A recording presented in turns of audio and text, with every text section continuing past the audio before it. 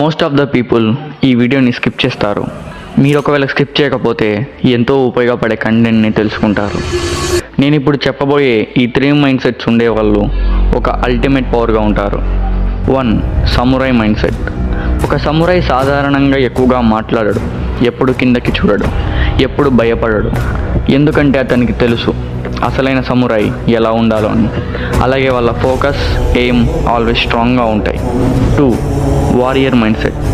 Warrior easy life కోసం fight చేయడు, last moment వరకు కత్తి పట్టుకుని యుద్ధానికి వెళ్తాడు.